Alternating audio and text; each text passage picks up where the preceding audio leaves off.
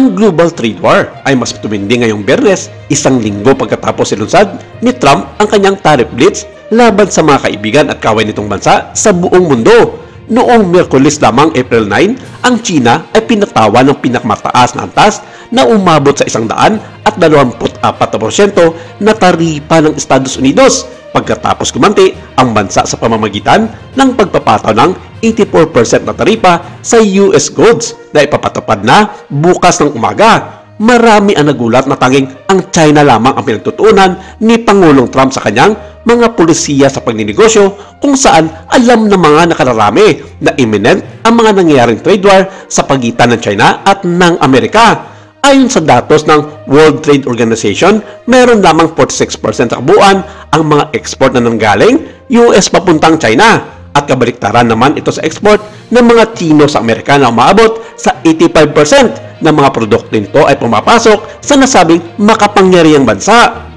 Sa makatuwid, talong-talo dito ang China sa mga ganitong sistema na ginagawa ng Amerika sa kanila at walang ibang paraan kundi tapatan ang US sa kanilang mga ipinapataw na taripa sa lahat ng mga produkto na galing China. Nag-post sa kanyang social media si US President Donald Trump at sinabi na pansamantala niyang ititigil ang global reciprocal tariffs ng kanyang ipinatupad noong nakalipas na linggo. Ngunit itinaas ang buwis laban sa China hanggang sa 125%. Saad niya, I have authorized a 90-day pause and substantially lowered reciprocal tariffs during this period of 10%, also effective immediately.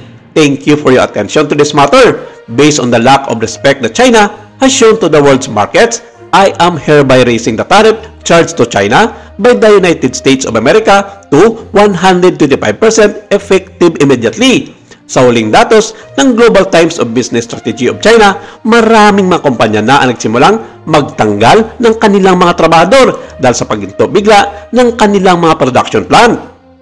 Natatakot kasi ang karamihan sa mga negosyante sa China na malugi sila sa kanilang mga inangkat na mga produkto pampuntang US at marami pa sa kanilang mga stocks ay nakatiwangwang lamang at hindi alam kung ano ang magiging kahihinatnan nito sa mga susunod na linggo o mga buwan. Nananawagan ang mga Chinong negosyante sa kanilang gobyerno na gumawa ng agarang mga pamamaraan upang mahikayat ang Amerika na babaan ang mga taripa sa kanilang mga produkto upang hindi matuluyang malugi ang kanilang mga negosyo na karamihan ay para sa mga American consumers.